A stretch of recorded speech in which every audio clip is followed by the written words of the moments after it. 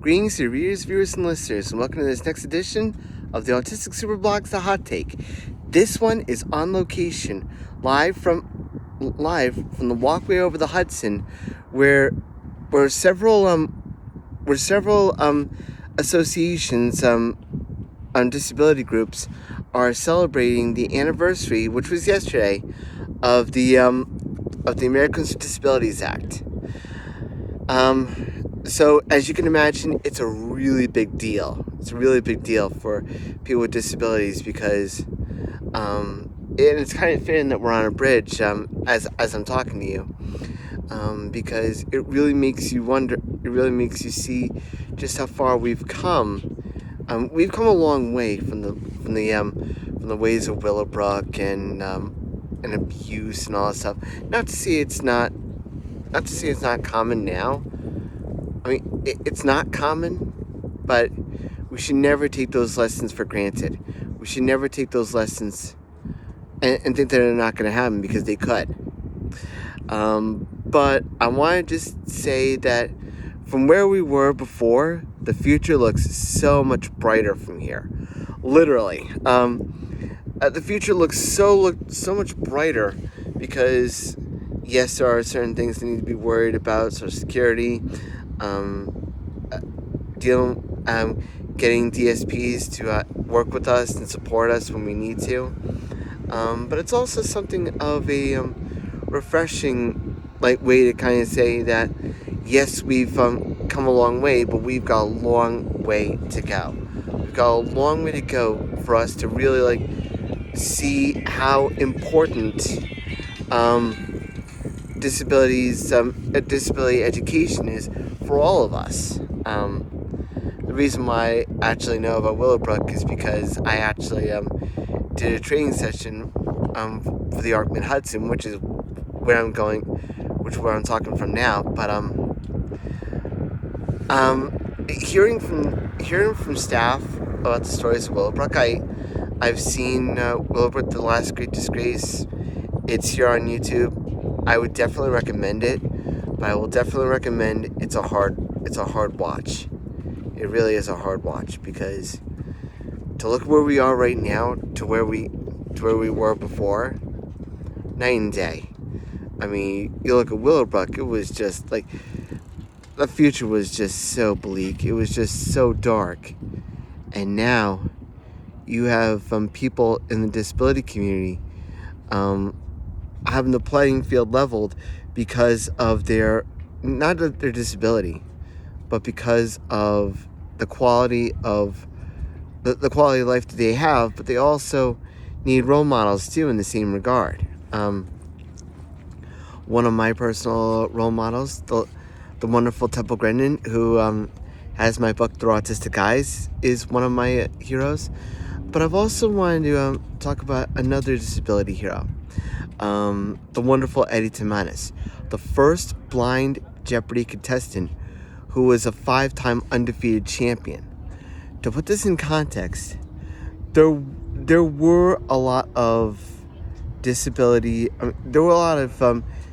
contestants on game shows, but Eddie Timanis was the one that really gave us an idea as to say, that we shouldn't be judged by our limitations, but we should also be given an opportunity to show what we can do with the right supports. And it really kind of makes a lot of sense, especially as an autistic individual as I am. But I'm also very well aware of Braille. I'm also aware of people that are blind, that are people that are deaf. Gallaudet, for example. Those are just some of the more famous individuals that I've just mentioned, are some of the more well-known, or some of the more famous. But who's to say that the line has to stop there? Who's to say that the history has to stop there? Just because one person did it does not mean that everyone else does it. for all those people that I just mentioned, there are so many other people that are. How many people would become champions if they got the chance? Who would have been a Jeopardy champion? Who would have been a millionaire? Who would have been a winner on a game show period without the individuals that, without the hard work that we've put in, but also the work that we've yet to do. It's all up to us, and the key word I want to talk about is support. Like, as you can tell, I'm wearing my SUNY Ulster hat. I'm a college graduate of SUNY Ulster. I'm a high school graduate. And I say all this to explain. And I'm a published poet. I'm a poet myself. And I say this to say that with all the support I've gotten, I still recognize that even I need support, even when I'm as stubborn as I am, and as egotistical as I can get.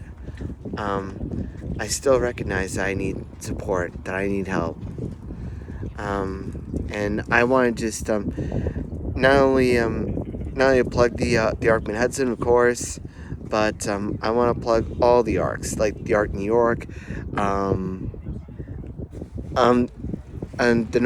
the ARC at Nashville, the Autism Society of America, and I also want to plug and support not only a group of people that are really important to me, like as an autistic individual, but I also want to talk and say thank you to not only them but also to GRASP as well, because the Global and Regional Asperger's Syndrome Partnership. I'll have a link to everyone down the description below. But I want to thank them for the support that they've given me over the years. To think that it makes me really pause to know just how lucky I am to be supported by you all. To know that you guys will give me the truth, but you're also validating my feelings, how I'm feeling. And not only me, but also others like me. So I just want to thank all of that for that. But also realize that the fight isn't over. Just because I could talk, just because anyone else could talk or type, doesn't mean that the disability community's fight's over. It's not. It's just begun. And it all starts not only with us, but it also starts with you. So I want to just, on this Disability Pride Month, I want you to be proud of the person that you are, disabled or not, and proud of the accomplishments you've had that you've made over the years, disabled or not. Because we all need each other. We all need our support, and we all need ways to help us stay safe, stay strong, and as always, shine on. If you like this video, please check me out here on the Autistic Super channel on YouTube, and you can check out all my videos on the autisticsuperblog.wordpress.com. So once again, until next post, dear readers and viewers and listeners, stay safe, stay strong, and as always, shine on.